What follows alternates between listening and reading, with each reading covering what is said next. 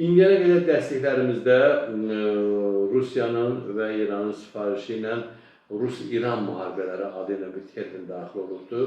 Bununla bağlı da bizim yanaşmamız fərqlidir və bir neçə də bununla bağlı münasibət bildirmişəm və qəbul eləməyənlər də var, sual ortaya çıxardanlar da var. 19-cu əsrin əvvəlində iki müharibə oldu. Onlardan biri Gürcistan sülh müqaviləsi ilə imzalandı, bitdi. Biri də Türkmənçay sülh müqaviləsi ilə. Və burada birinci məsələni vurulamaq istəyirəm ki, Azərbaycanın bölüşdürülməsi adı gedir orada. Əslində burada Azərbaycanın bölüşdürülməsindən söhbət getmir. Biz özümüzə bu təhqiramiz ifadəni qəbul etməməliyik.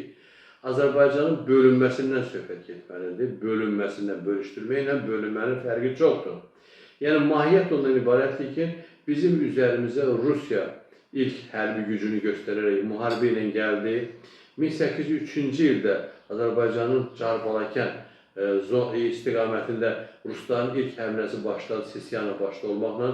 Ondan sonra yenə də həmin 1803-cü ilin noyabrında Gəncə yaxınında ilk döyüş baş verdi Cavad xanla Rus qoşunlarının arasında. Sonra Cavad xan çəkildi Gəncə qalasının içərisinə. Ondan sonra yanvar ayında, 1804-cü ilin yanvar ayında. Ona görə 1803-cü ildə başlayan bu müharibə Rusiya işğalına qarşı müharibə idi və Azərbaycan xanlıqları Rusiya işğalının cəhdlərinə qarşı mübarizə apardı, ölümdürmüş savaşına girdi, uzun bir mübarizə getdi.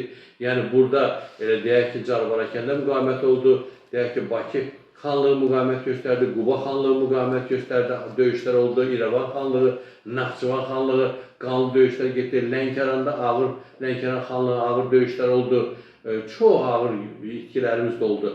Bundan sonra bizim müqavimətimizi qeyri-bərabər döyüşdə Ruslar sındırdılar və bizim torpaqları işğal etdilər.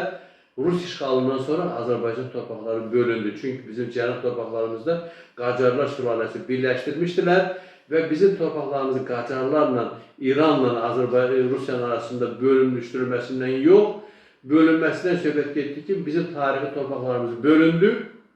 Bir hissəsində Qacarların rəhbərliyi altında Azərbaycan dövlətçiliyi davam etdirildi. Yanaşma bundan ibarətdir. Digər hissəmizsə müvəqqəti olaraq Rusiyanın işğal altına düşdü.